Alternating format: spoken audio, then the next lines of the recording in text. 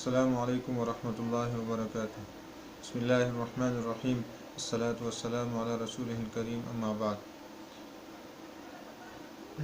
زمونږ یو بل درس ویو عدد معدود دروس شروع اعدادو کې مونږ د یو نواله د شلو پورې اعداد او د هغې قواعد چې کوم قاعدې وي هغه پوره کړې. اوس به مونږ د شلو نه بعد چې کوم اعداد دي هغه به ویو. نو د شلو نه بعد چې کوم دي هغه څه دي؟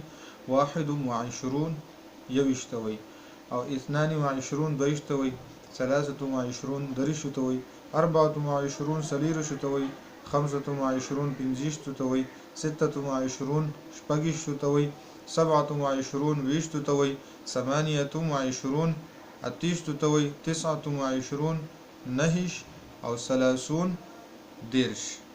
دا څو شو؟ دا د شلو نه والا د دیرشو پورې چې کوم اعداد دي هغه مونږ وویلې. څنګه به وایو؟ 21 22 23 24 25 26 27 28 29 او 30.